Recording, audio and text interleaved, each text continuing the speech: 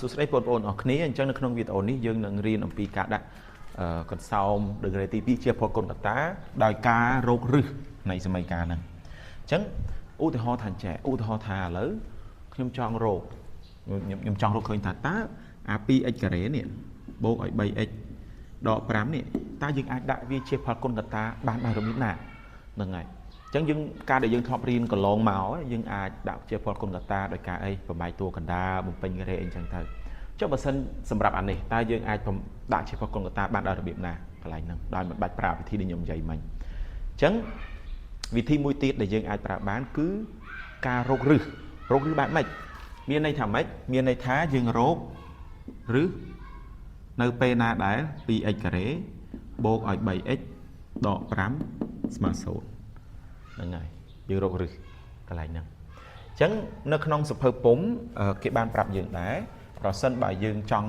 បំបាក់មានន័យថាដាក់ ax ការ៉េបូកឲ្យ bx បូក c ជាផលគុណកតាជំហានដំបូងគឺយើងត្រូវរកអី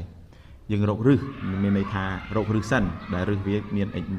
មានន័យថារករឹសនៃ ax ការ៉េបូកឲ្យ bx បូក c ស្មើ0អញ្ចឹងកាលណាយើងរករឹសយើងទាញបានអី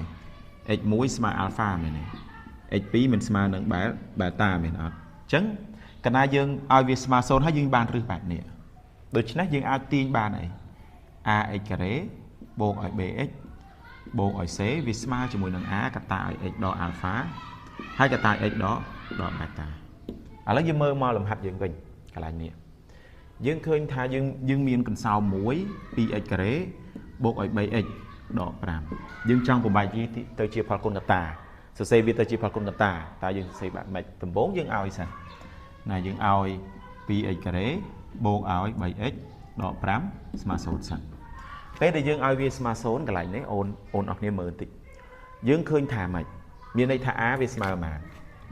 a ស្មើ2 b ស្មើ3ហើយ c ស្មើដក 5យើងចាប់ដើមរៀវរោអូរោតាមណាចេះរោតាម DC មីណង់រោតាមស្អីរោតាមរឹសងាយអីអញ្ចឹងទៅអញ្ចឹងដំបូងយើងសាករឹសងាយសិន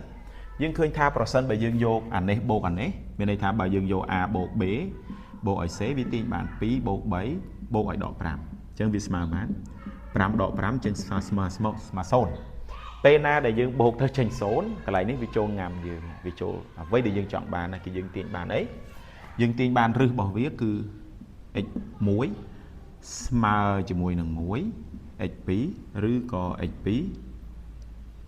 ស្មើជាមួយនឹងដក c សំទោស c លើ a ដែលដក 5 លើ 2ចឹងតែព្រោះ c ស្មើដក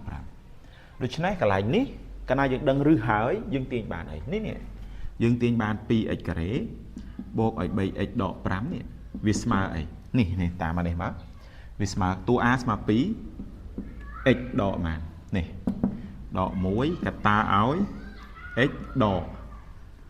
ក5លើ2ឃើញទេអញ្ចឹង alpha កន្លែងនេះ1ហើយ beta ដក5លើ2យើងជួសមកបន្ទាប់មកវាទាញបាន2កតាអី x ដក1កតាឲ្យ x បូក5លើ2អញ្ចឹងទៅតើគ្នាអាចនឹងទើសភ្នែកដោយសារអីទើសភ្នែកដោយសារតែមានលើ2កន្លែងនេះអញ្ចឹងយើងចង់បំបត្តិលើ2ហ្នឹងតែយើងធ្វើបែបម៉េចយើងអាចមានន័យថាម៉េចយើងអាចកូន2ចូលក្នុងអានេះអ្វីទៅបិទតែទាំងអស់គ្នាឃើញ2កតានឹងអានេះ